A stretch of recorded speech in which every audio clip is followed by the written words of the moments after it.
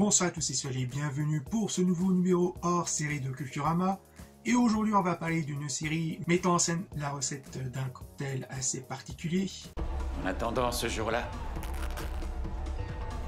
c'est moi qui commande.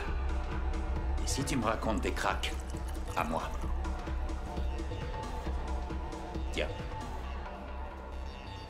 Bois. Tout. Mais aussi d'une réplique qui tue. Et pourquoi tu demandes pas à ton pote qui est là?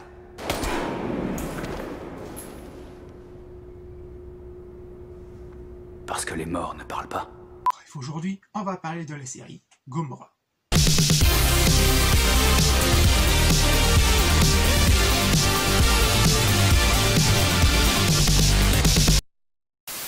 « 2006. Roberto Saviano, un écrivain et journaliste d'investigation, sorta son livre appelé Gomorrah, qui raconte son infiltration au sein de l'organisation criminelle italienne, la Gomorrah. Et on peut dire que Saviano est très précis dans pas mal de détails, révélant même les lieux des deals avec précision. Très vite, la Gomorrah n'était pas très heureuse d'apprendre ça et menace l'auteur de mort. En publiant Gomorrah, je suis devenu un symbole, mais j'ai payé un prix très élevé.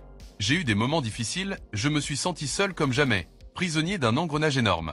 J'ai perdu ma liberté, je ne peux plus enquêter librement, aller où je veux et voir qui je veux. Les parrains font circuler des menaces et des rumeurs pour me démolir. Mais tant que je suis au centre de l'attention publique, je n'ai pas peur. Le problème se posera plus tard. J'attends le pire, même si je ne sais pas quel visage il prendra.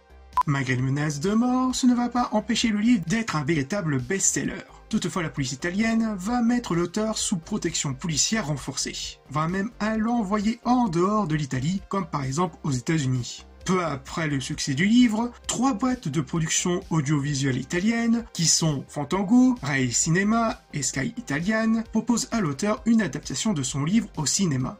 Le film sorta en 2008 et aura tout de même un magnifique petit succès au box-office mondial et en rapporté au total soit environ 34,9 millions de dollars à travers le monde, avec un petit budget d'environ 5,9 millions d'euros, soit équivalent à 6,2 millions de dollars. Mais l'auteur avait une toute autre idée, notamment concernant une nouvelle adaptation de son livre en format série, ce qui va apporter un format plus narratif tout en gardant ce côté dramatique et dénonciateur avec cet univers sombre de la mafia italienne. On y voit plus le mal que le bien. Aucun des acteurs n'incarne la rédemption, il n'y a pas de personnage emblématique. Les dialogues sont en dialecte napolitain, la lumière dominante est le vert des néons, et les décors sont les véritables lieux où la Gomorrah exerce son pouvoir. Aux alentours de 2010, Saviano contacta Sky Italian ainsi que Fandango de cette idée d'adaptation. Les deux boîtes sont assez ravies de cette idée et contacta l'autre boîte italienne Beta pour une coproduction. Une fois que les 3 boîtes se sont mis d'accord, la production de celui-ci fut lancée aussitôt avec un budget d'environ 18 millions d'euros. Par la suite, y trouvons rapidement le réalisateur italien Stefano Sollima ainsi que le scénariste Stefano Bizès qui rencontreront bien plus tard l'écrivain toujours sous protection policière sur ce à quoi la série devait ressembler. Dans cette nouvelle adaptation, dont nous sommes issus, il restait à développer la série du livre Roberto Saviano dont certains éléments n'avaient pas peut-être été développés et utilisés dans le film de 2008. L'auteur a joué un rôle clé dans le sens qui nous a accompagnés dans toutes les phases de traitement. Dans la phase initiale, dans laquelle il était nécessaire à réinterpréter l'histoire du livre, avec de nouvelles histoires de Gomorrah pour la série. Nous avons donc reparti du roman pour recréer un nouvel aura horizontal de l'histoire avec celui d'une famille criminelle largement inspirée de faits réels. Aux alentours des années 2011-2012, une fois les scripts des épisodes finaux pour la saison 1, ainsi que la localisation des lieux de tournage, notamment principalement à Naples, le casting de la série peut enfin commencer. Mais avec une seule règle, où une bonne partie du casting devra être originaire de la ville de Naples, même si certains d'entre eux seront issus d'autres coins de l'Italie. Pour la distribution des rôles principaux, on peut trouver Marco Diamor pour jouer le rôle de Ciro Di Marzio, Salvatore Esposito pour jouer le rôle de Gennaro Savastano, Fortunato Serino pour jouer le rôle de Pietro Savastano, le père de Gennaro, et Maria Pia Calzone pour jouer le rôle de Immacolata Savastano, la femme du personnage de Pietro et la mère de Gennaro. Et concernant les autres personnages secondaires ainsi que les simples figurants, où une bonne partie d'entre eux seront de simples civils à Naples sans aucune expérience en acting. Je travaille toujours sur une opportunité d'emploi dans certaines zones où nous sommes allés, où le taux de chômage est très élevé. Donc je dirais presque plus de 90% des personnes que nous avons rencontrées étaient toujours disponibles et intéressées pour s'impliquer en travaillant avec nous. Cette expérience s'est inscrite aux cours de théâtre qui sont donnés, et à ceux qui voudront continuer dans ce métier. Dès le départ, je souhaitais concilier l'aspect spectaculaire d'un certain cinéma de genre avec une réalité beaucoup plus documentaire. Pas au point d'intégrer des habitants au casting, car tous les protagonistes sont acteurs professionnels. À l'inverse du film de Garonne, qui avait sollicité beaucoup d'acteurs amateurs. En revanche, si on tournait dans une rue ou dans un immeuble, on engageait tout le monde. Quelque part, on leur apportait quelque chose, il y avait un échange. Pas les revendeurs de drogue, on a évité d'avoir des jeunes qui l'étaient vraiment. Mais il nous est arrivé de nous rendre compte que certains figurants avaient une certaine expérience en la matière.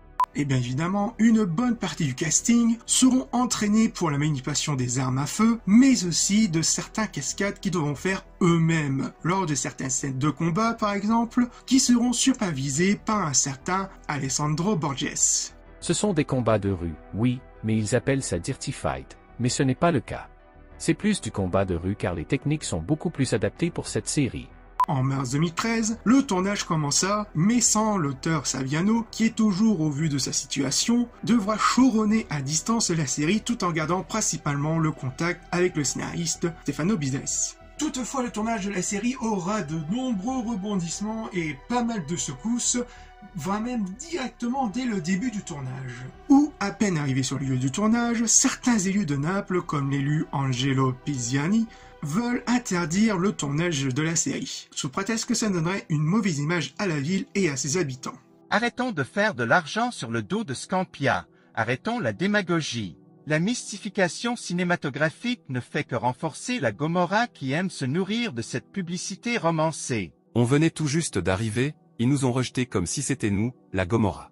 Les responsables locaux préfèrent attaquer l'adaptation télévisée du problème plutôt que le problème lui-même. Le problème à Naples, c'est qu'on ne sait jamais quand on s'adresse à un mafieux ou à un politique. Je me suis peut-être disputé avec quelqu'un de la Gomorrah sans le savoir. Mais j'ai survécu, donc ça ne devait pas être si grave.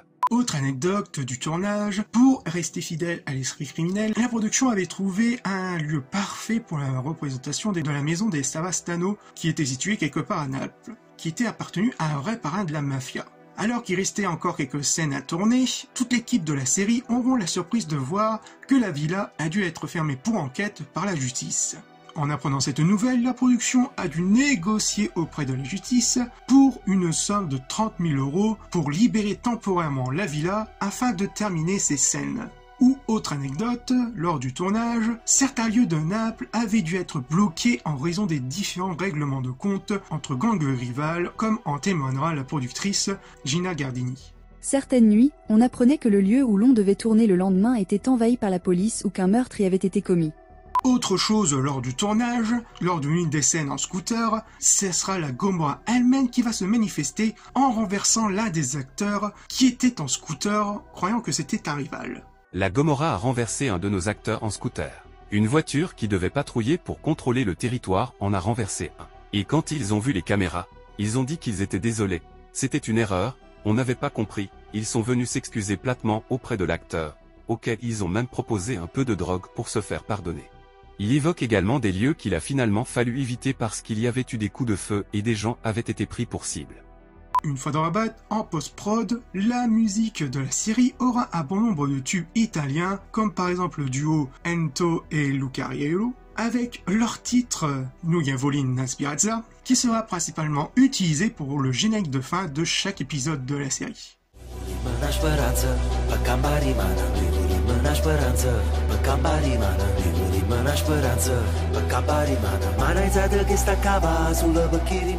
Et en parlant du générique de fin, celui-ci sera composé à chaque fois de quelques petits morceaux d'extraits du prochain épisode qui seront parfois mis soit dans le désordre ou soit dans l'ordre de l'épisode de comment ça va se dérouler. Dont la façon dont c'est mis en scène, vous verrez que ça évite pas mal de spoilers. Donc aucun risque pour le niveau du spoil. Bien au contraire, celui-ci va nous mettre tout de même un peu dans le doute et nous interroger de comment va se dérouler le prochain épisode. Concernant la composition originale, celui-ci sera composé par le groupe Mocadelic.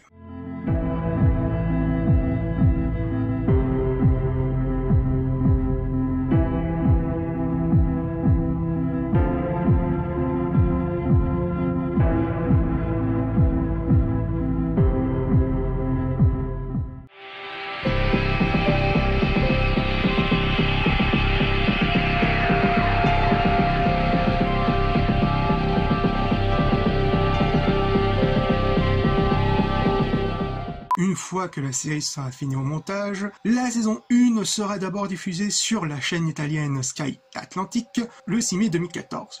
Et en France le 19 janvier 2015 sur Canal+. Et cette saison 1 va d'abord nous raconter l'histoire de Ciro Di Marzio qui veut se faire une place au sein de la famille Savastano. Et très vite, Ciro montera en grade petit à petit et aura comme rôle de mentor auprès de Gennaro Savastano, qui est le fils du boss de Pietro Savastano. Sinon, il ne pourra pas prendre ma place. Tout fils de Dieu qu'il est. Je comprends, Don Pietro, mais pourquoi moi? Parce que tu t'entends bien avec Jenny. Oui, mais c'est peut-être pas le bon moment. C'est un problème à tes yeux. Ne vous méprenez pas. Pour moi, c'est un honneur. Alors tu n'as qu'à te réjouir. Mais Ciro veut beaucoup plus qu'être un simple mentor et un simple larbin. Celui-ci veut régner aux côtés de Gennaro sur la ville de Naples. Gennaro, tant qu'on est ensemble, toi et moi, personne n'arrivera à nous battre. La saison 1 est très bien accueillie, que ce soit de la presse et du public, avec parfois un bon nombre de records d'audience, notamment sur la chaîne italienne Atlantic, avec plus de 1 million de téléspectateurs, qui durera tout au long de la série, et qui devient très vite une série culte, et d'ailleurs, il y aura un film liant à la série, réalisé en 2019, appelé L'Immortel, basant sur le surnom du personnage de Ciro, qui se passera durant l'un des épisodes de la saison 4, pour ne pas trop spoiler, et qui sera en quelque sorte un pont avec le personnage entre cet épisode-là de la saison 4, au début de sa dernière saison ultime, la saison 5, qui sortira en 2021. Toutefois, il y aura un préquel de la série Gomorrah qui est en préparation, que le tournage de celui-ci avait commencé en hiver 2025. Jusqu'à l'heure où je tourne cette vidéo ou quand je l'ai écrite, il n'y a aucune nouvelle concernant si le tournage a été fini. Pas même une date possible pour la diffusion de ce préquel. Toutefois, tout ce qu'on sait de ce préquel en général, de quoi ça va raconter, celui-ci va raconter tout simplement les débuts des Savastano dans un Naples dans les années 1970. Pour conclure, la série Gomorrah est une série sur la mafia italienne qui se rapproche le plus de notre réalité, en nous montrant que personne n'est à l'abri dans ce milieu sombre de la criminalité de la mafia napolitaine, où chaque personnage principal et secondaire joueront un jeu dangereux de pouvoir au péril de leur vie, où chaque tragédie, chaque mort et chaque événement marquant de la série nous montre que la vie d'un criminel ne sera pas de tout repos, voire même engendrera un chaos et de destruction dont seule la mort ne sera que le seul échappatoire à tout cela. Et franchement, Gomorrah pour moi c'est l'une de mes meilleures séries préférées, j'adore vraiment la fin. C'est vraiment une parfaite conclusion pour ce genre de série vraiment qui te remet vraiment dans la réalité, hein, cette petite claque de la réalité pour te dire que vraiment être trafiquant de drogue, c'est pas vraiment la joie. Donc voilà, très bel arc narratif, notamment sur le personnage de Gennaro Savastano. Franchement, j'adore cette série. Mais sinon, si vous avez moyen, vous procurez soit en physique ou soit en numérique, foncez-y, c'est de la bonne qualité. Voilà, je pense que j'ai tout dit. N'hésitez pas à liker, commenter, partager et à vous abonner si le contenu de la chaîne vous plaît. Et on se retrouve pour de futures vidéos. Peace!